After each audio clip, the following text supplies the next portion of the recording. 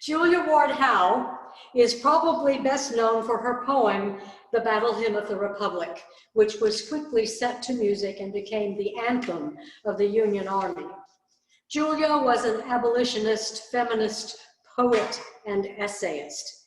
In 1870, 5 years after the Civil War, she created a document she entitled An Appeal to Womanhood Throughout the World, as a pacifist reaction to the carnage of the Civil War and the 10-month Franco-Prussian War of 1870 to 1871. It was an impassioned call to women all over the world to unite for peace. This document later became known as the Mother's Day Proclamation, and it ended with these words: "In the name of womanhood and of humanity, I earnestly ask that a General Congress of Women with limit of nationality be appointed and held at some place deemed most convenient and at the earliest period consistent with its objects, to promote the alliance of the different nationalities, the amicable settlement of international questions, the great and general interest of peace." In 1872, she traveled to Europe to promote an International Women's Peace Congress, but the movement never lived up to its promise. So although many UUs like to claim her as the founder of Mother's Day in the United States, she was not, because her idea of Mother's Day was not one where mothers passively sat around being flattered by cards, candies, and flowers given by admiring husbands and children on this one special day of the year.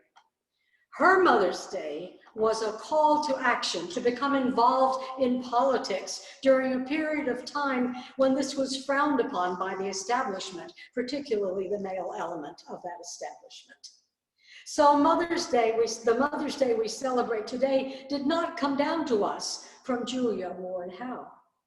It was birthed in the early 1900s by Anna Jarvis, who was inspired by her mother, Anne Jarvis, who had worked with Julia Ward Howe on her Women for Peace project.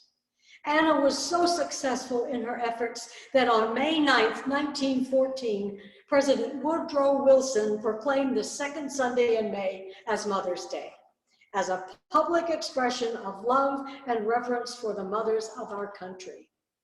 Now, Anna Jarvis saw this day as one with white carnations, visiting mom, and maybe accompanying her to church. That's it.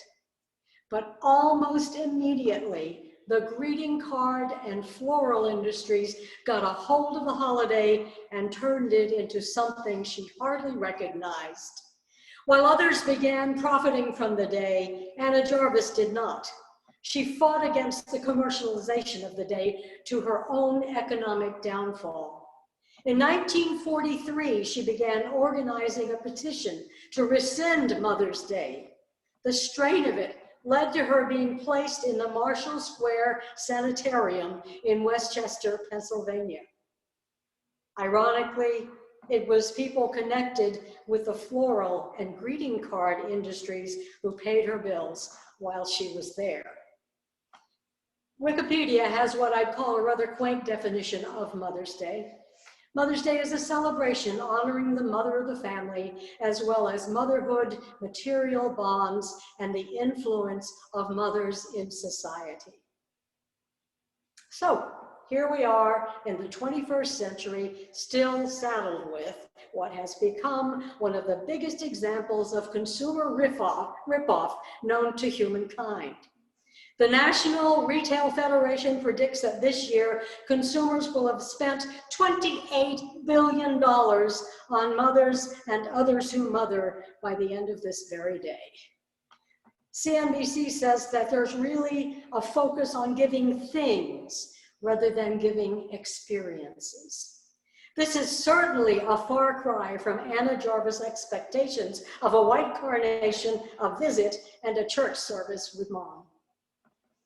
At the time Julia Ward Howe was struggling to persuade women to work militantly for peace, most women were expected to marry, bear children, and stay home to raise them.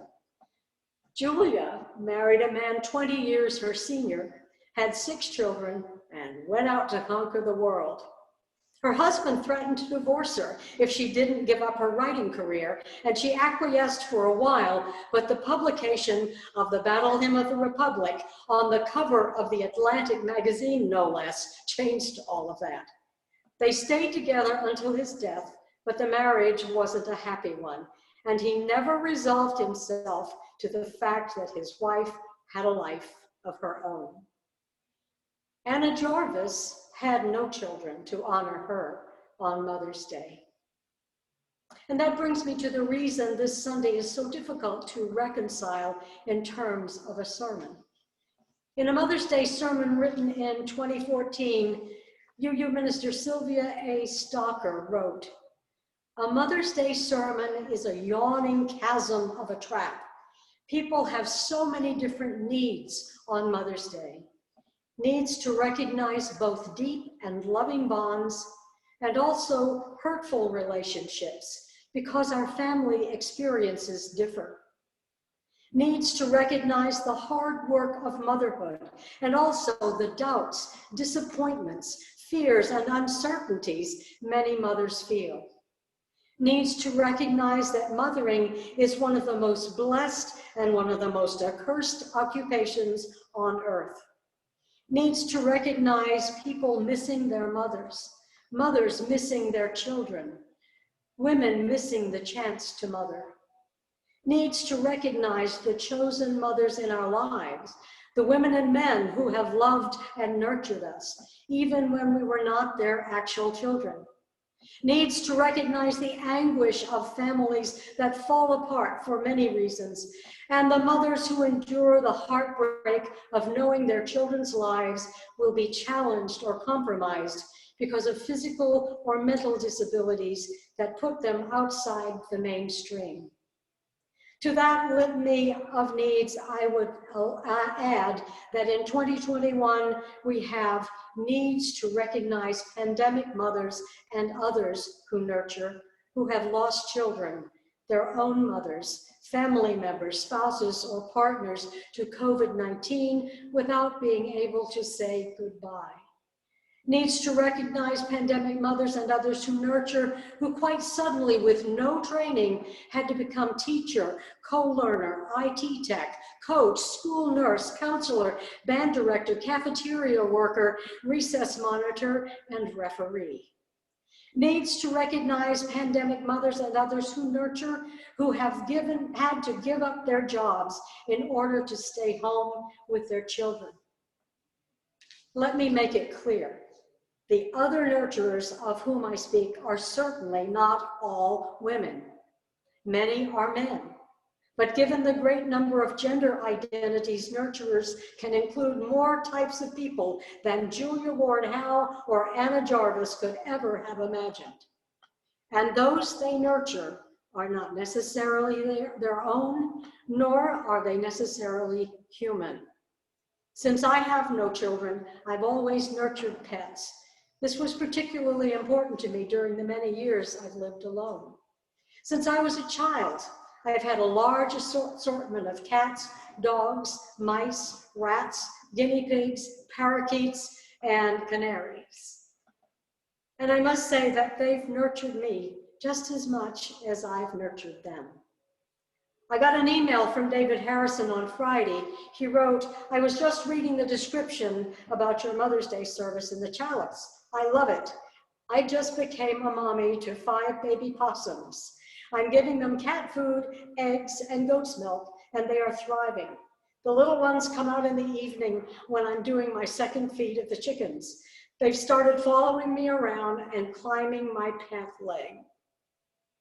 Sometimes we find ourselves nurturing in the strangest circumstances. Now, there are 3 things that have become abundantly clear as a result of the pandemic, and all of them have something to do with nurturance. The first is that our healthcare system is not anywhere near as good as we thought it was, and it needs a major overhaul. Second, is the woeful state of childcare options available for working class families. Third is the need for living wages that could enable parents to thrive on 1 or 2 paychecks rather than the 3 or 4 many have to rely on. As we watch the world going to hell in a handbasket because of the pandemic, political unrest, and climate change, I can't help but hearken back to Julia Ward Howe and Anna Jarvis. What might have happened had Anna Jarvis picked up where her mother Ann Jarvis had left off, working toward Julia Ward Howe's vision of mothers united for world peace? What if it had caught on just as quickly as the flowers, cards, and candy of the Mother's Day we have today? What if it had never lost its early edge for justice and affirming the innate power women have to nurture peace?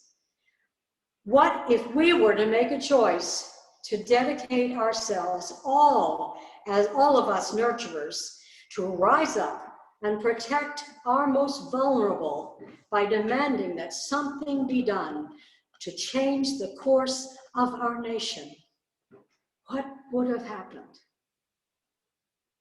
There's an urgent need to address rampant hatred, violence, lies, greed, and selfishness in order to usher in a new normal where the rallying cry of everyone for themselves becomes everyone united for peace and justice. Women and other nurturers of the world, may you make it so.